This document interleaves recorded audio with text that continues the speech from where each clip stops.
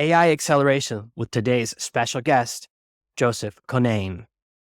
Today's episode is brought to you by the bestseller ChatGPT Profits. This book is the missing instruction manual to get you up and running with ChatGPT in a matter of minutes. As a special gift, you can get it absolutely free at artificialintelligencepod.com/gift or at the link right below this episode. Make sure to grab your copy before it goes back up to full price.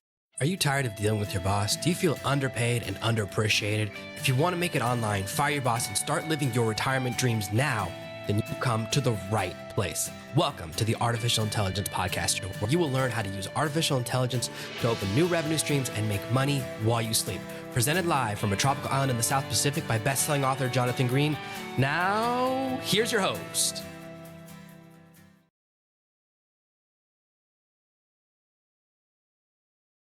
I'm really excited to have you here, Joseph, because you've written some really interesting stuff about accelerators. And I think a lot of people outside that world don't even realize there are so many acceleration programs out there, and they're all different from each other.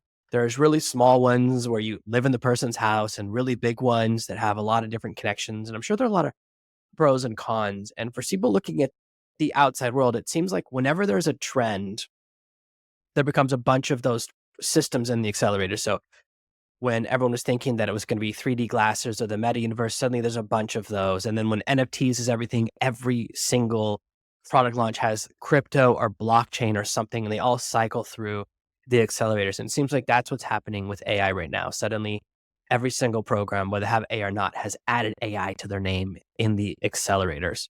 So I just love to start with your perspective on that. First of all, I want to thank you for having me here. And I'm happy that someone reads my articles. That's great. So yeah, the word acceleration has a lot of meanings to different people. It's a catch-all phrase for programs, for startups. It could be acceleration. It could be incubation. No one really understands what it means. They like to use that word for any type of program that somehow helps starters.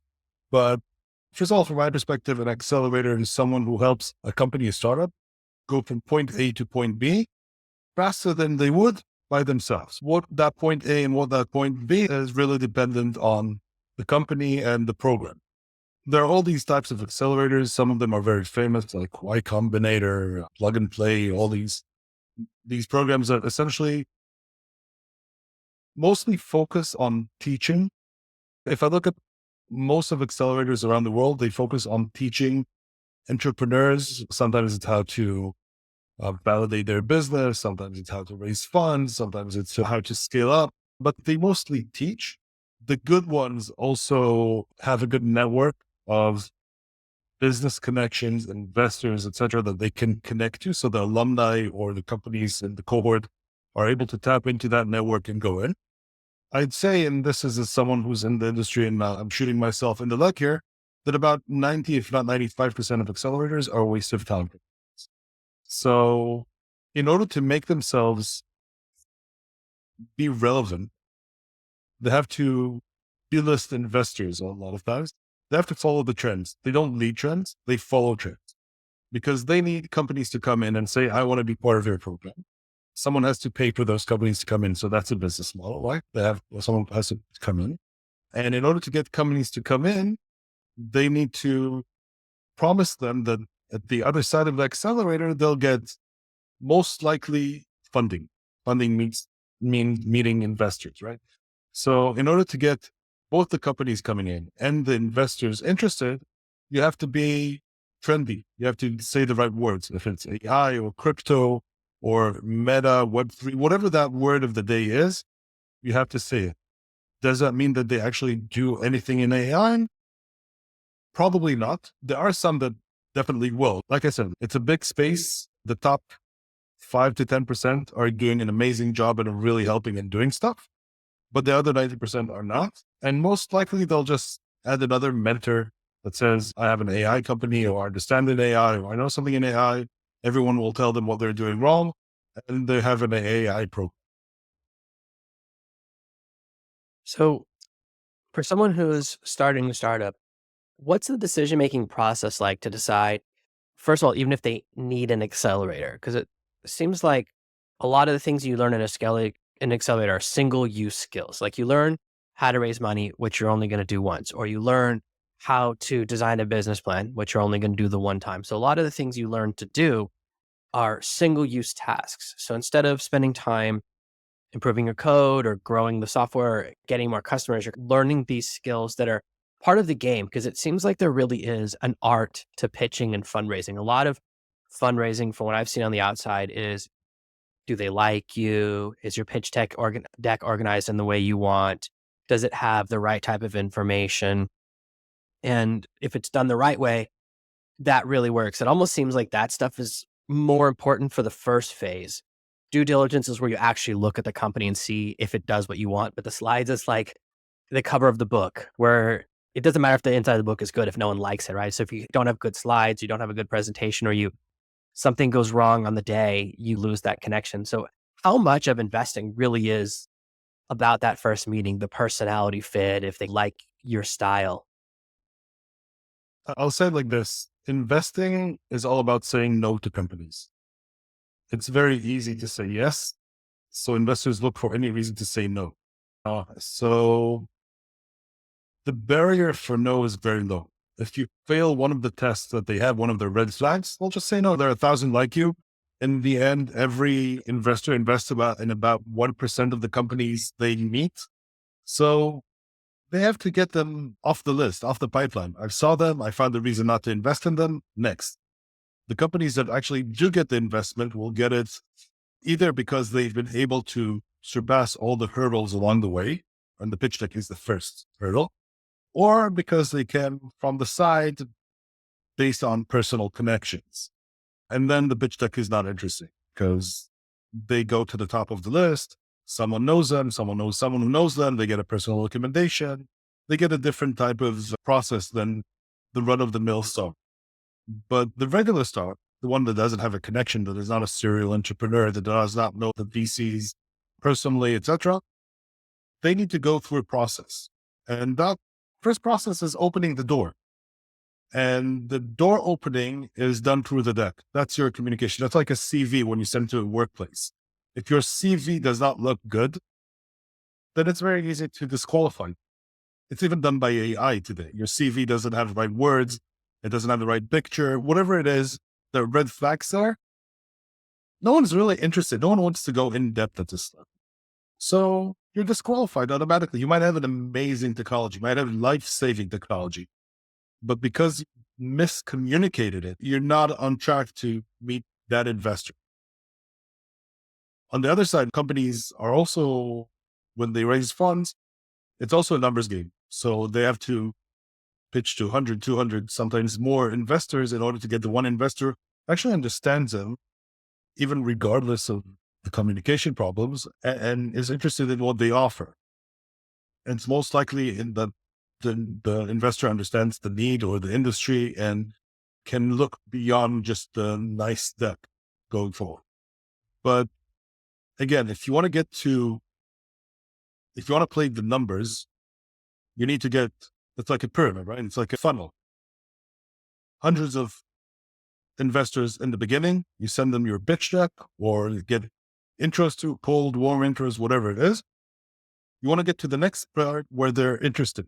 So those who understand the company or the industry or the need will be interested, even if your deck is not amazing.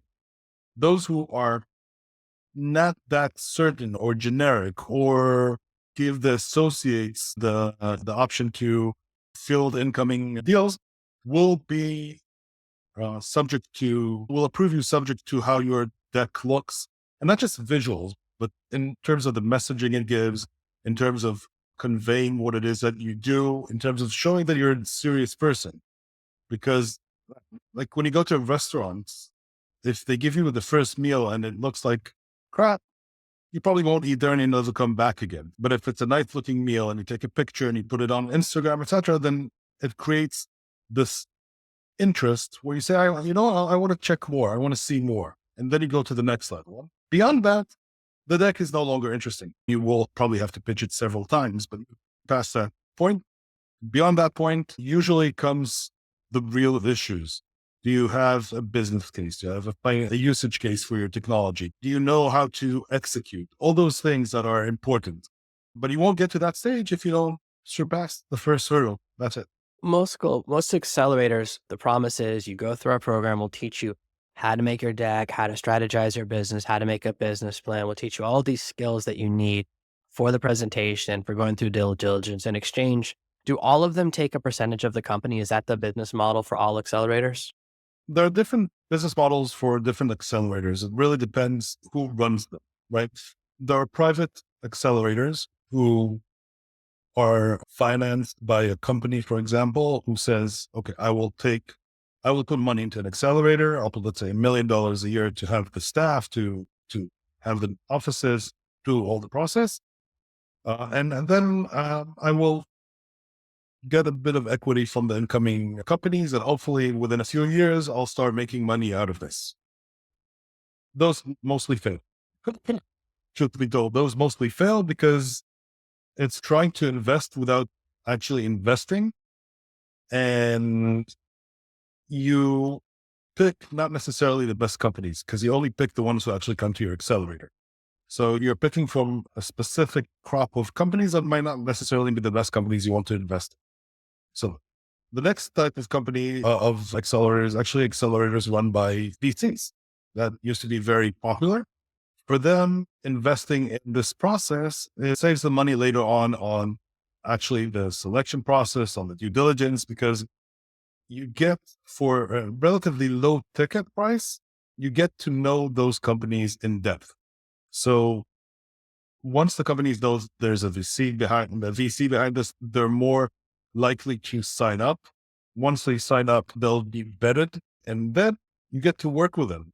And I can't tell you how many times I've worked with companies who look amazing when I first met them, the first meeting, even in the second meeting. I thought, this is like a killer team. This is like a killer product, etc.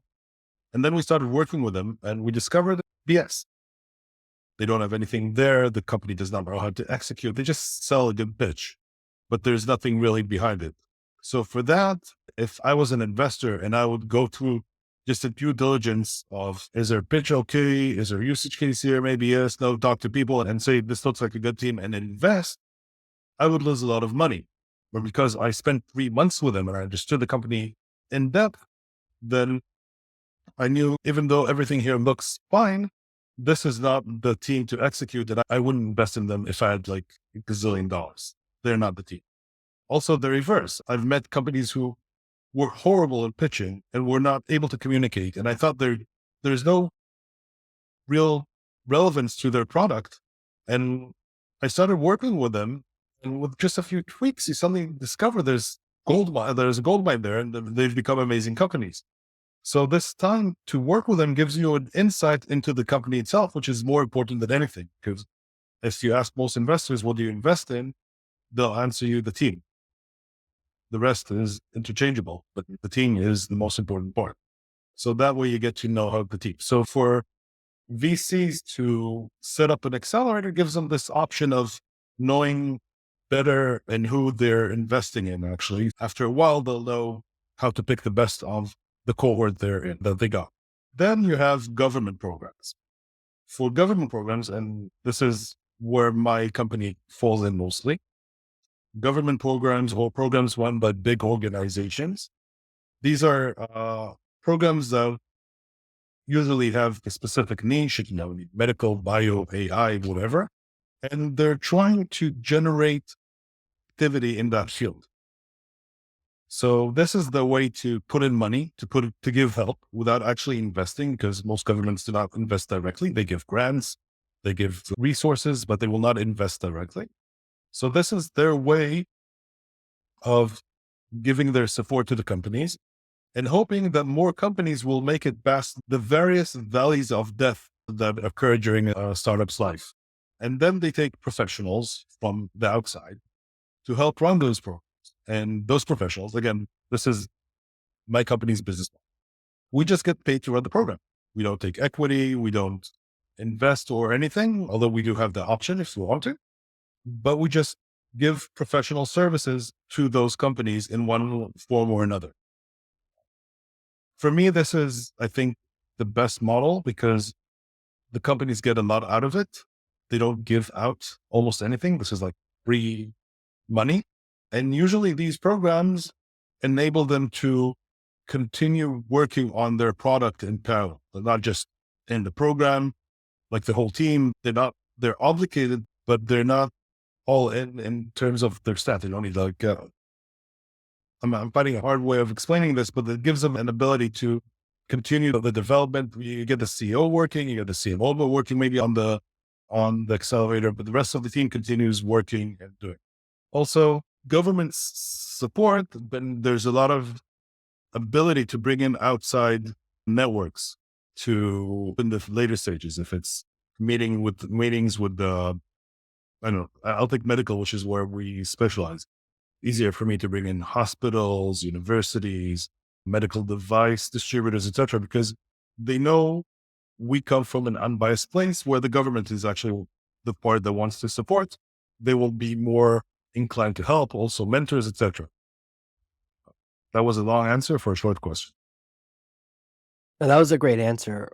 One of the other things I've noticed from the outside looking in is that sometimes taking outside investment kind of makes things worse. So I see the thing where someone like you're bootstrapping, so you're 100% focused, and then suddenly you have a massive investment. And it's, what am I going to go shopping for? Let's get ping pong tables and fair trade coffee and electric bikes. And there's all these investments that are all around company culture, which are change the direction. And it's the same thing I see happening for entrepreneurs. A huge dip in entrepreneurship happens when you make enough money to quit your full-time job. Suddenly you go from 2 hours a day to 8 hours a day and you get less done in more time because you say to yourself, I have so much runway, Mhm. and it's a hump that everyone has to go through. That's why a lot of people quit their jobs, then go back 3 months later because they didn't break through that particular valley of death. And I see that happening to a lot of companies. Suddenly they have too much money, which means they're not making decisions as lean. And maybe another way of saying this is that it's very different to spend your own money than to spend someone else's money.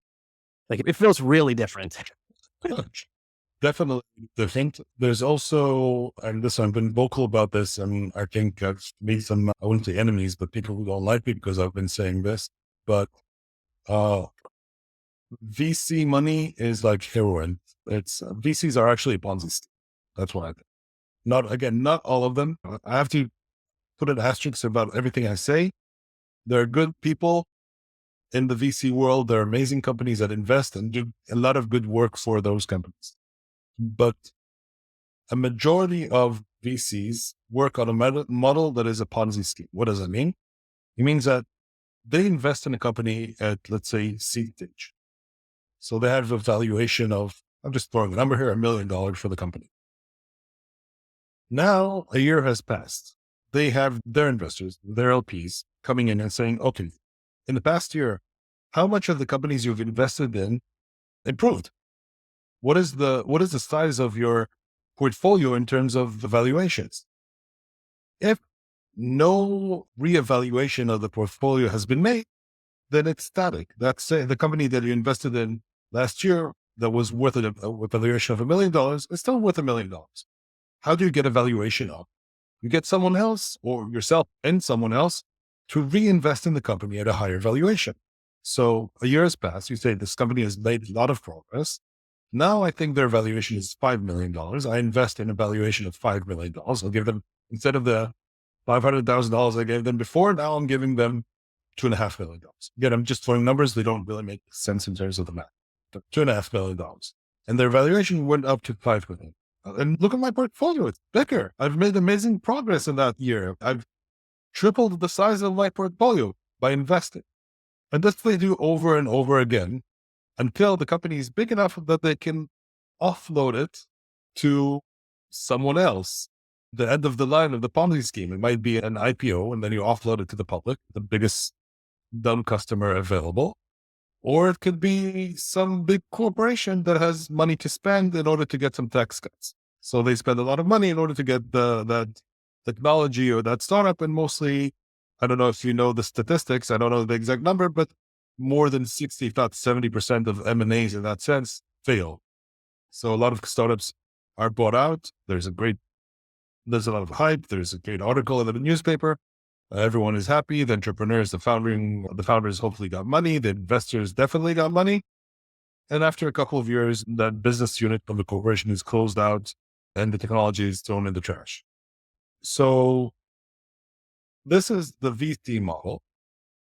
But in order to convince the startup that it needs to raise more money because the VC needs to raise a valuation, they need to spend money.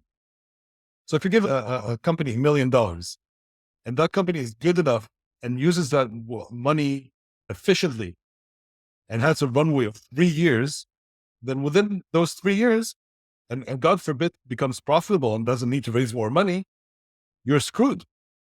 You're screwed because now you have to wait 5 more years until the valuation is high enough that you can sell them, get those off your books. No, you don't want them to be efficient. You want them to spend money. You want them to buy stupid things. You want them to hire too many people. You want them to need more money so they can raise 5 million, 10 million, 20 million in the next round and raise their valuation. And then your LPs will be happy. So it seems like the big win is when you do an IPO and then it's just strangers left holding the bag. It's musical chairs where the music stops and you want to make sure it's all people you don't know holding the bag or stuck. Because I see a lot of companies, I'm very aware of this. I watch AI companies, especially so many AI companies last year, and you put AI in quotes. They changed their stock ticker to AI and did an IPO, usually via SPAC. And it feels every time there's a SPAC, it crashes in value 99% within 1 week. So they do this launch. Everyone goes, oh, a new AI company. AI's hot. I jump in on it. Turns out the company has no AI elements. They just added AI to the end of the name. And you're left with a massive loss. And is that kind of the end game for most of these? I've seen companies, even I think Uber did 80 raises before they IPO'd. And then, of course, the value is really high on that first day. So the owners, the original people only care about the first day value, right? Because that's when they're selling off all their stock or all of their stuff to the world. Is that correct? There's usually a lock-in period where they have to maintain their stock. The initial people who bought the stock at the IPO are not allowed to offload immediately. This is why, by the way, why SPAC is so loved, because with the SPAC, you can offload the next day. With a regular IPO, you have a lock-in period. It could be 6 months, it could be a year, where you're not allowed to sell those initial offered stocks.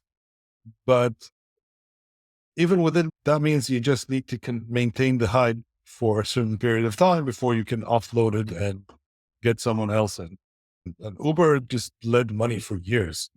And I think they actually had their first quarter of break even only last year or something, or this year. And no one is actually sure that their business model makes sense at all.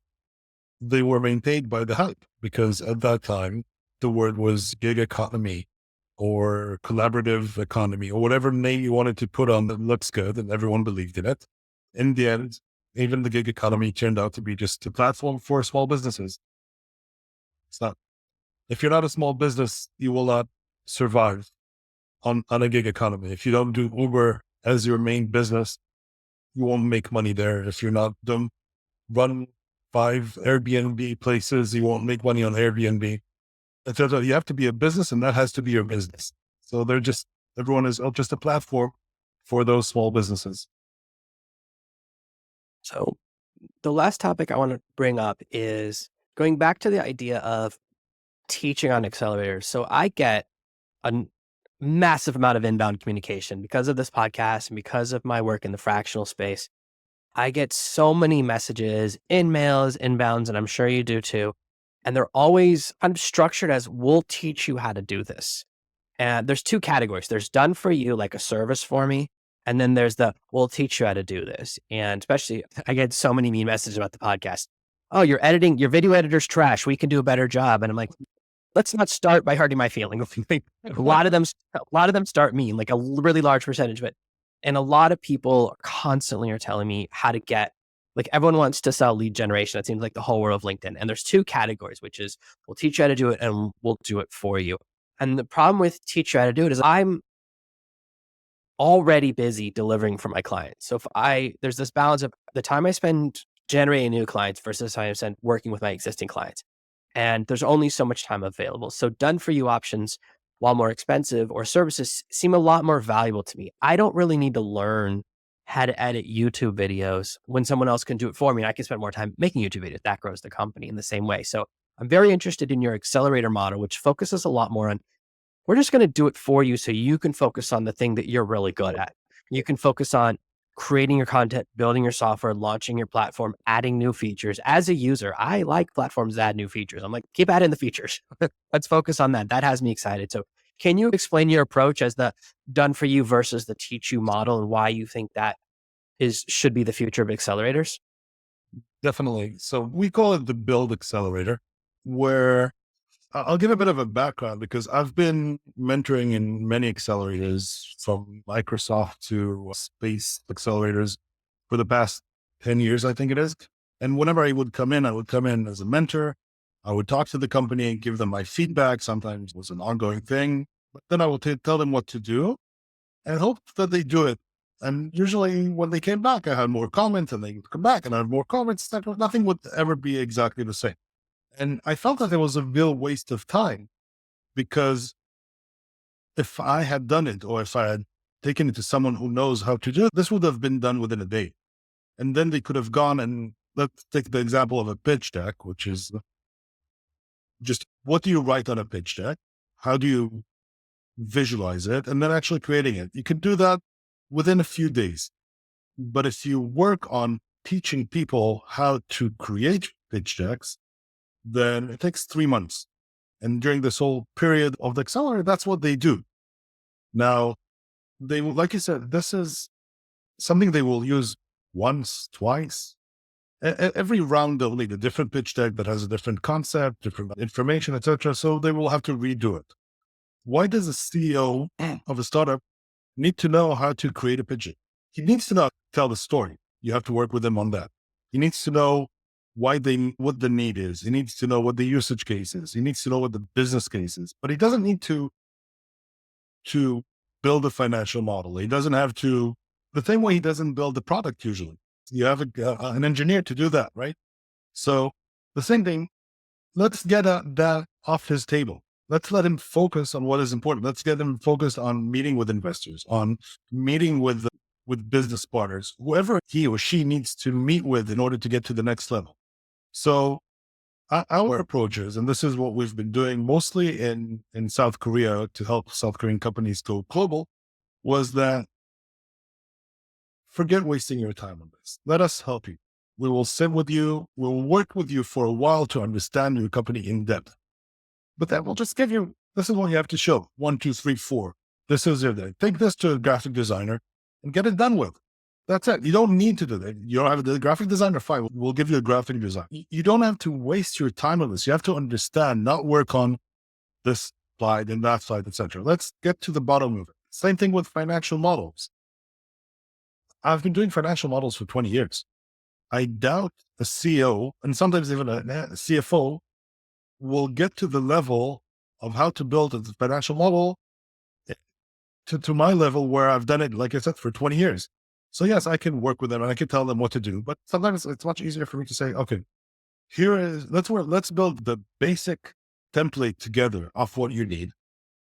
We'll build it together. Then you take it, just fill in the numbers because you know the numbers. I might not necessarily know the numbers. Fill in the numbers, fill in your cost of goods, fill in your planned hiring, fill in your funnel, your conversion rate, all these things that you need to fill in, just put in numbers.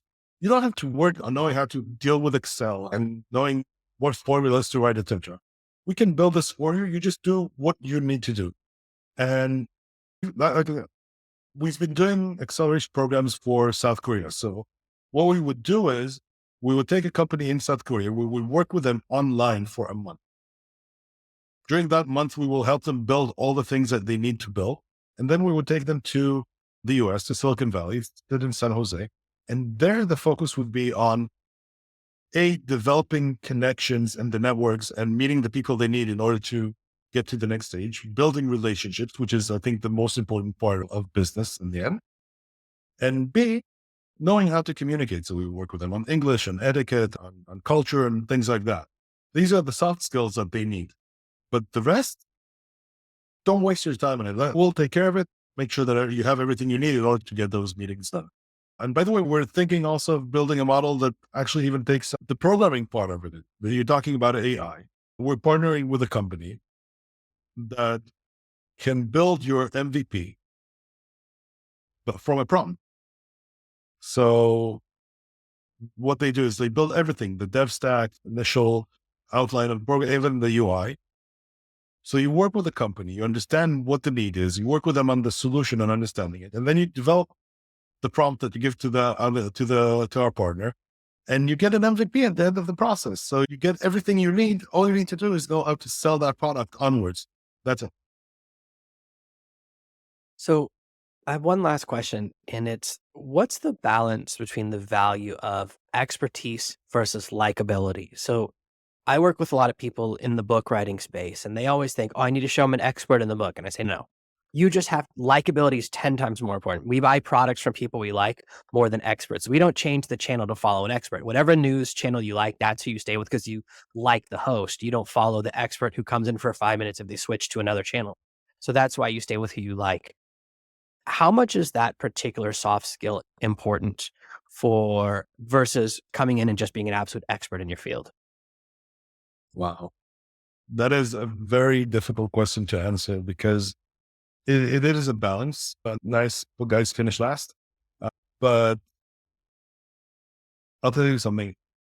I don't think it's an either or. I think you need both. Although I've met a lot of entrepreneurs who were very unpleasant people and who were doing amazing job. Really. They were killer salespeople and really knew how to do the stuff. But each one of the found that I met a lot of likable people who just were crap at execution.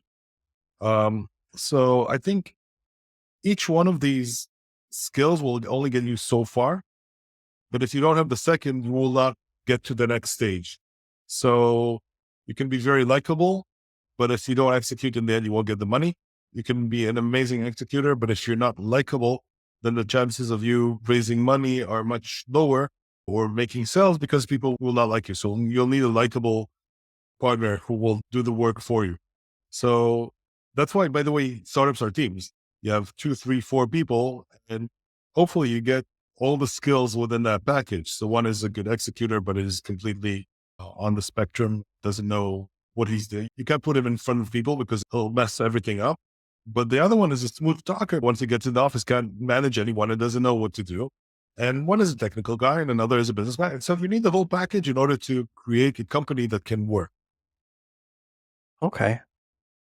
A lot of everyone is shifting to AI stuff. I got a message today from a top 10 college in America that was clearly written by AI. And and it was written bad. That's the so as someone who's a prompt engineer and creates AI content, when I see bad written AI content, it hurts my feelings. I'm like, why didn't you read any of my posts? Show you had not to do this. So it started with one of the most common introduction phrases, which is like in the ever-changing world of AI. And as soon as you read that, it's a ChatGPT. Even though it was ChatGPT, it wasn't Claude because that's a ChatGPT standard phrase. It loves to say ever changing in digital world or electronic world or world of AI always starts this way. And I know a lot of people are now using AI to write their pitch decks. And then companies then use AI to scan the pitch deck. So now you have a pitch deck written by ChatGPT, and then ChatGPT is ranking its own pitch deck. And it's like, how much do you think this is going to affect the market in a downward trend? Like I can see how it could be really helpful with helping with structure. Like I always rewrite anything with, even if I have it written, they're always to write the rough draft with AI, no problem. But I always add in my flair, add in my personality. There are a lot of things I do to make it really clear I really did work on this, that there is Mhm. an element to me here. And how important is that when designing pitch decks and some of these things that you can shortcut with AI that you can actually shortcut too far and end up sabotaging yourself because someone recognizes, oh, they just wrote this AI, they didn't care. This reminds me of this cartoon I saw once where you had one side, a guy coming to his boss and said, I had this 2 sentence part of it, like information that I had to send to the other company. I put it into ChatGPT, it created a 5-page document out of it, and I sent it to them. And on the other side, the guy, the analyst looks at it and says, comes to his boss and says, I just got a 5-page document from the other company. I put it into ChatGPT and he condensed it to 2 sentences, and here it is. Works on both sides, like you said. But I think you're very right in saying that this is a tool that can help you, but at the stage at least cannot replace you because the second it feels disingenuous And things that are written by AI usually do feel disingenuous. It's like generic words, meaningless sentences, things that are, you don't understand why it's even there. You feel that there's no passion behind it and you're turned off. As an investor, you look at this and say, the minimum they could do is put themselves into the pitch deck. So I can see that. And if they don't do that, why should I actually even listen to them? So I think saves a lot of time in, like you said, the structure, maybe even telling you basic things of what to say and how to say. But then you have to go and you have to make it passionate. You have to put yourself into it. You have to make sure that it says the right thing, it hits the right points. And after that, we can have another go at it until polish it up a bit so it looks a bit nicer. But um, if the other side sees that it's been written by an AI, that's an automatic cancellation. The only I place think I would do something like this is if I had a company that says, what we do is we create pitch decks using AI, then I would say, I've created this pitch deck using AI. That's it. That's the only use case I can see for something like this.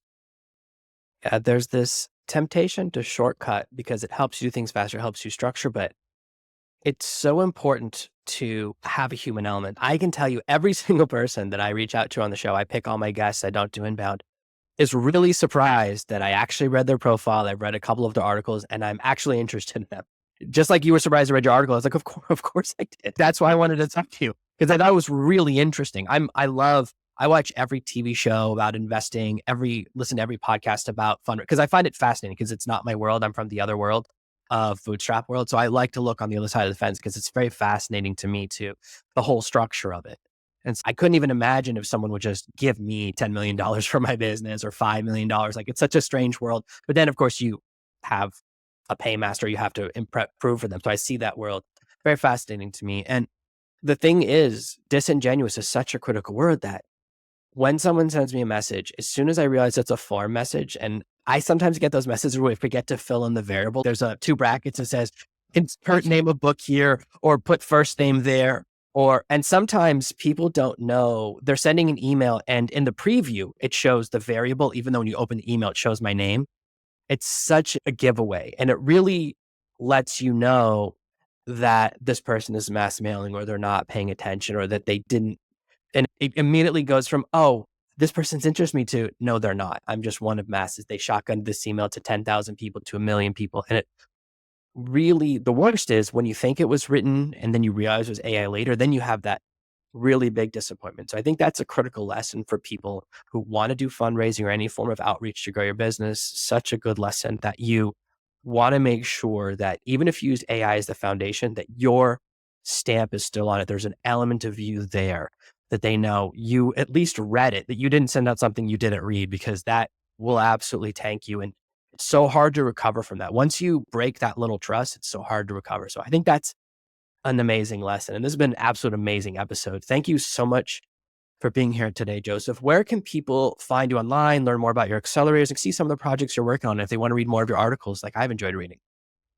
Thank you. So the best place to find me, I think, would be on LinkedIn. I also have my articles are also on Medium, although I don't push it too much there.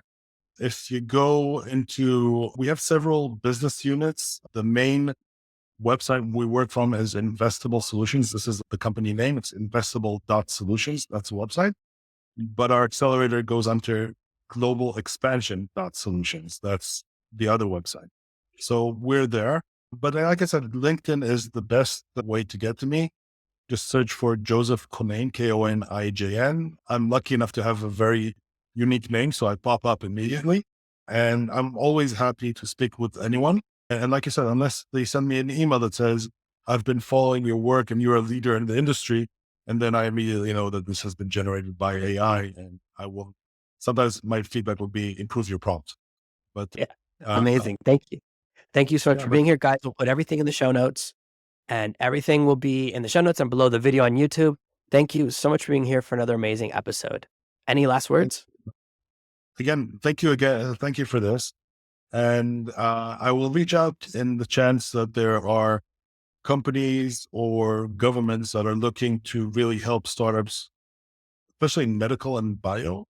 We're launching new programs all the time, and I'd be happy to work with you on getting your startups globalized and going into the US market or the European market.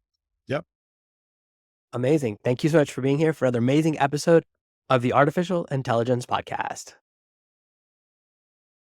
Thanks for listening to today's episode. Starting with AI can be scary. ChatGPT Profits is not only a bestseller, but also the missing instruction manual to make mastering ChatGPT a breeze. Bypass the hard stuff and get straight to success with ChatGPT Profits. As always, I would love for you to support the show by paying full price on Amazon. We can get it absolutely free for a limited time at artificialintelligencepod.com/gift. Thank you for listening to this week's episode of the Artificial Intelligence Podcast. Make sure to subscribe so you never miss another episode. We'll be back next Monday with more tips and tactics on how to leverage AI to escape that rat race. Head over to artificialintelligencepod.com now to see past episodes, leave a review, and check out all of our socials.